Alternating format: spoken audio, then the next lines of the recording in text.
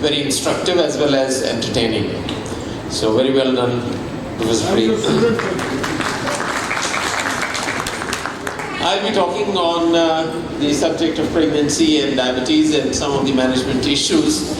And before I start, I'd like to congratulate the organizers of this conference, particularly for the fact that even in the last session of the conference, the hall is full, and this second hall is full of audience.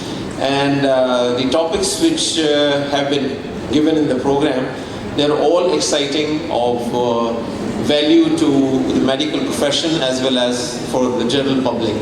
And what I see is that there are so many different organizations which are collaborating in having organized this conference, and particularly Primary Care Diabetes Association, because I think the management of diabetes or the prevention of diabetes, which is their motto, that actually starts in the primary care. Unfortunately, primary care is the weakest link in our health care.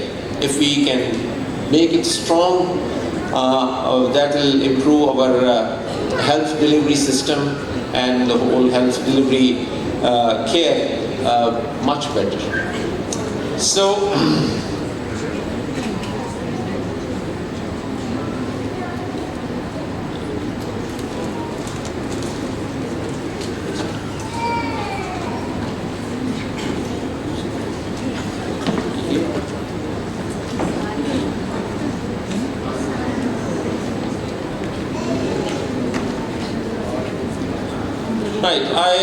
this paper has already been referred to, but the important thing is that one is that we do not really know what is the prevalence of diabetes in Pakistan, and the estimates are quite wide and differing.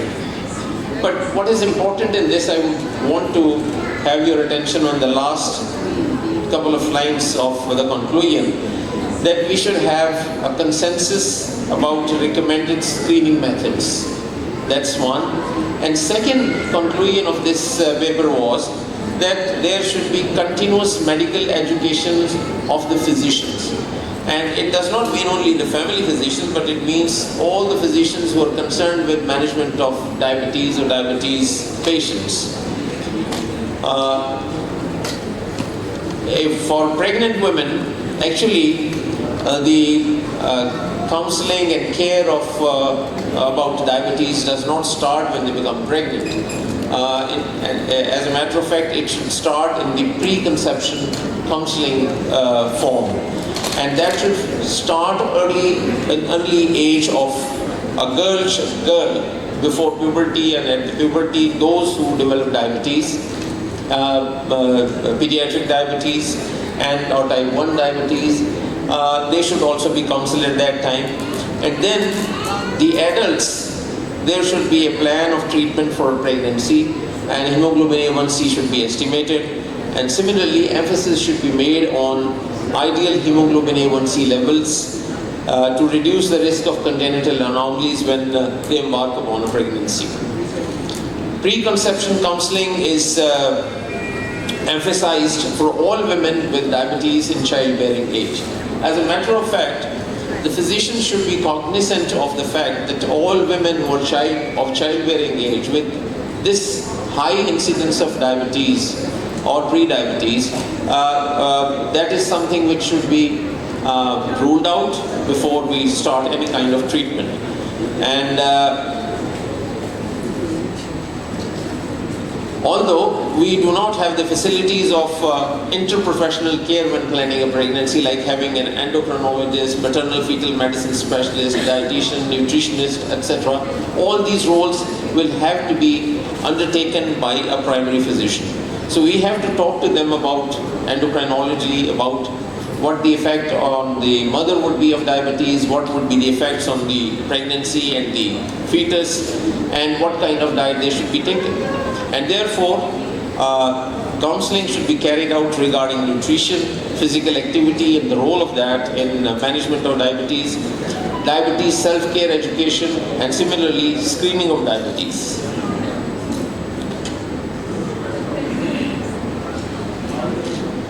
Women with type 1 and 2 particularly, they should be counseled about the risk of developing and progression of diabetic retinopathy, and those who are planning a pregnancy, their eye examination should be carried out beforehand. A checklist has been devised by American Diabetic Association for pre-conception care of diabetes, which relates to comprehensive nutrition assessment, and there are certain recommendations which are made about weight, meal planning, etc. And similarly, there are recommendations for lifestyle management, like regular moderate exercise and avoidance of hyperthermia, hot tubs in those countries, adequate sleep, and also instructions about diabetes self-management.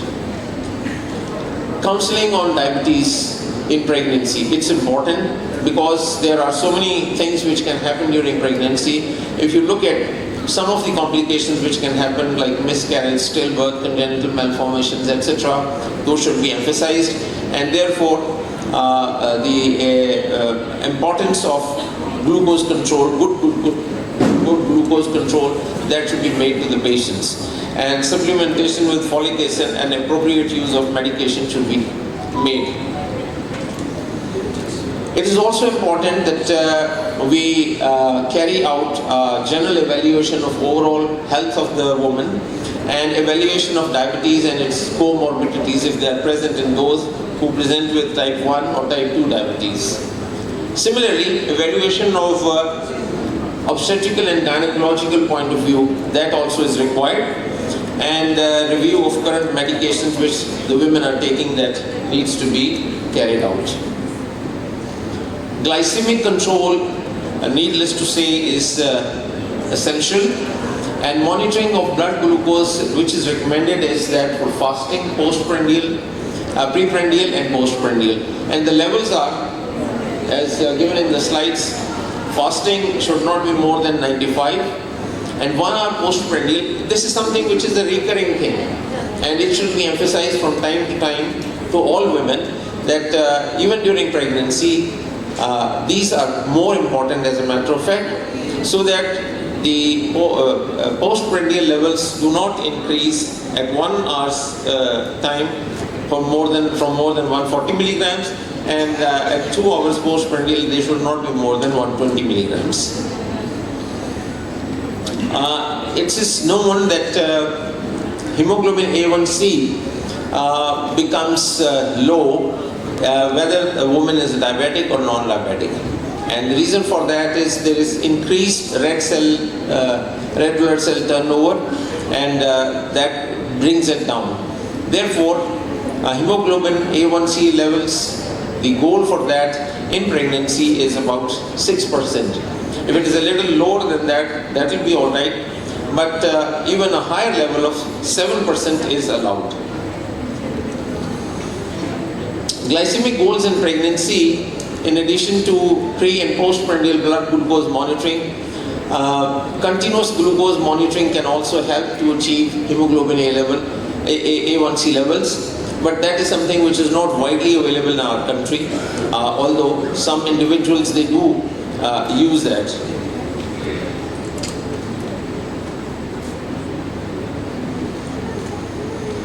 Once again, American College of Obstetricians and Gynecologists and American Diabetic Association, they agree on these glucose levels which have already been said about type 1 and type 2 diabetes, that they should be maintained below 95 fasting, below 140 1 hour postprandial, and 120 2 hours postprandial.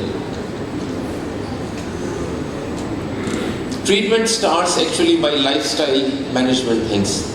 Initially, nutritional therapy, the diet should be controlled. Second is physical activity, and many patients of GDM particularly, they are managed on that if they follow the instructions. And weight management, depending upon pre-gestational weight, that they should not put on too much of weight.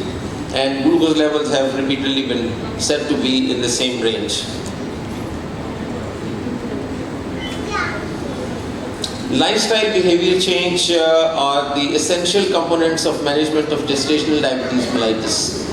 And for many patients, as I just mentioned, they may suffice for adequate control of blood glucose levels.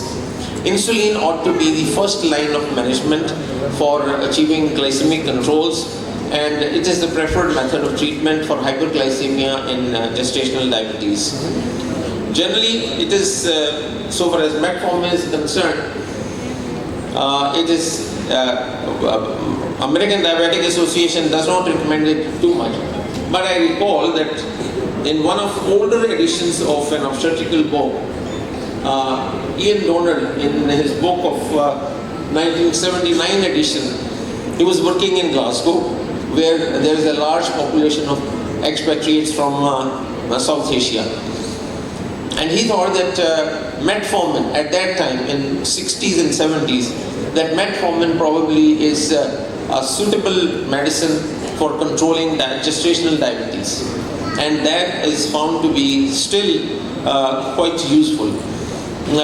Although it crosses the placenta, but there have not been many reports regarding any kind of malformations which are attributable to metformin, except for one of the observations in which it is seen that the fetal weight is a little on the lower side, so maybe small for gestational age babies, but otherwise they are said to be, it's considered to be quite safe.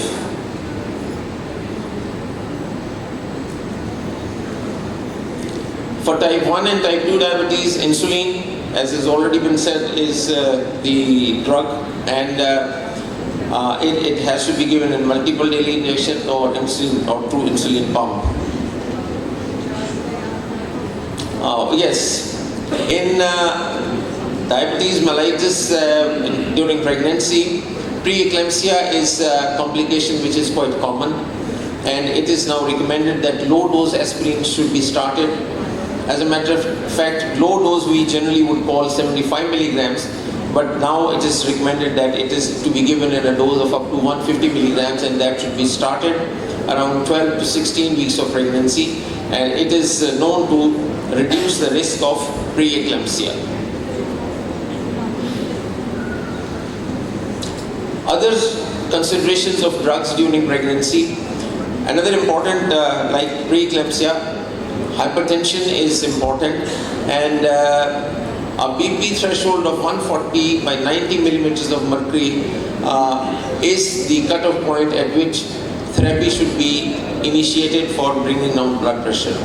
And that is associated with better pregnancy outcome with no increase in risk of small for gestational age birth weight.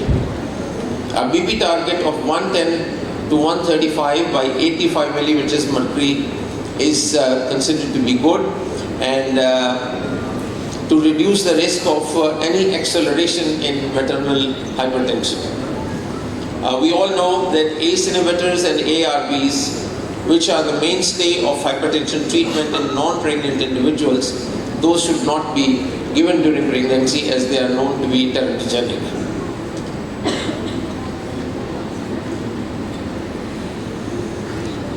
In postpartum care, immediately following delivery, insulin resistance decreases almost to half of what it was during pregnancy, and therefore insulin dosage should be adjusted according to that.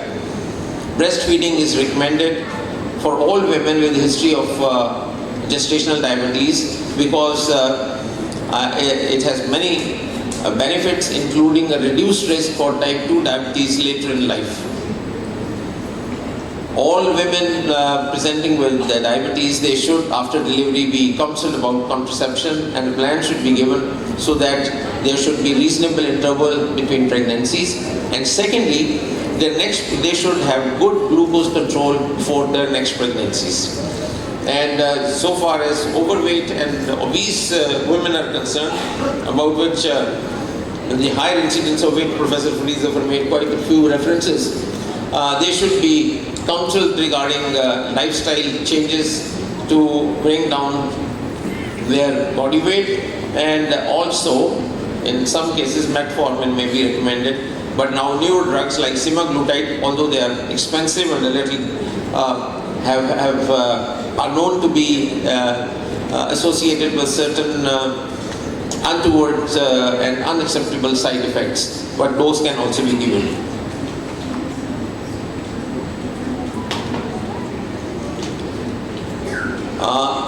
Professor Rubina Sohail made reference to oral glucose tolerance tests for these patients afterwards, after delivery. Generally recommended 4 to 12 weeks postpartum, and then at appropriate intervals during the post-pregnancy period. And as a matter of fact, they should have lifelong screening for the development of type 2 diabetes or pre-diabetes every 1 to 3 years.